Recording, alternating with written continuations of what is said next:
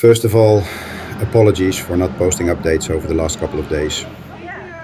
We were busy, really busy working on our blog and website to introduce ourselves better to our community. I'll add the link below if you'd like to get to know us a little better.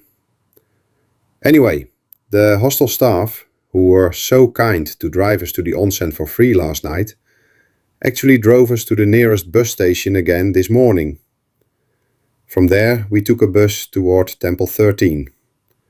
But, halfway there, we hopped off and started hiking again. Just enough walking to, avoid feeling like we cheated too much. What did I gain from that decision? More time, more energy, and maybe, just maybe, enough strength for 3 extra temples. Alright, let's dive into our day. Good morning, everyone. I cannot tell you how incredible that onsen was last night. After the mountain climb yesterday, that hot spring and a full night's sleep were exactly what my body needed. Honestly, we woke up today and decided, you know what? We're going to take it easy. The kindness of the people here is just unreal.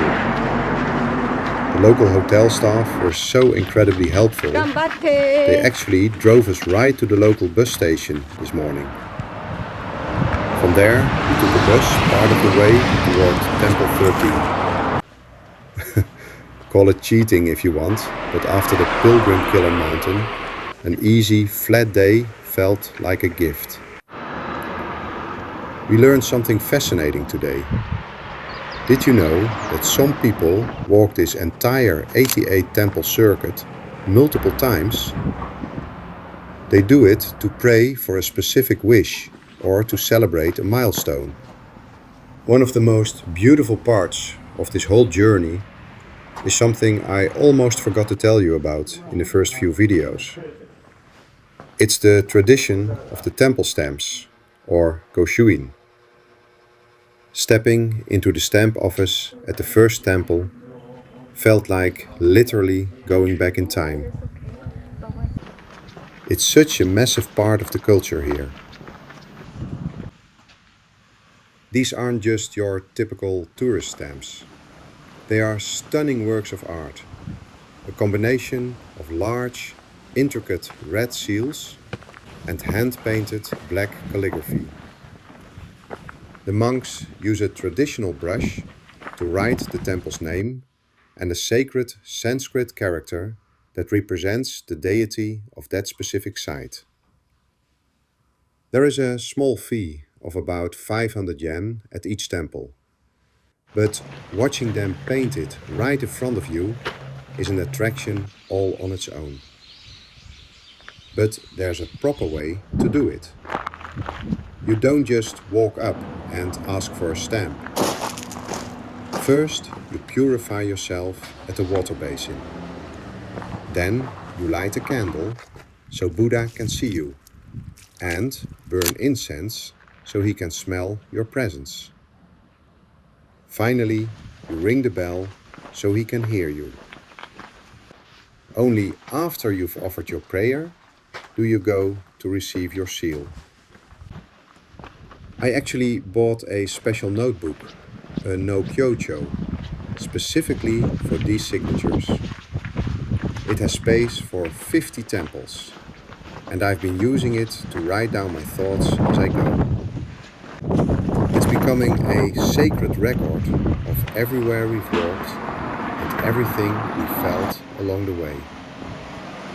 It's a piece of respect you carry with you.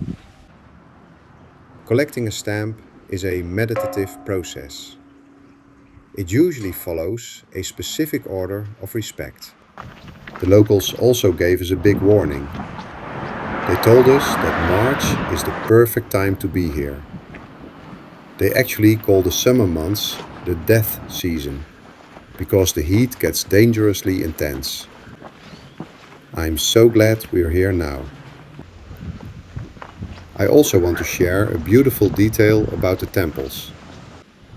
When you ring the bell, It's to make sure Buddha hears you. When you light a candle, it's so that he can see you. And the incense, the scent and the smoke act as a bridge, making sure your presence is truly felt. It's such a peaceful way to connect. We covered 22 kilometers today.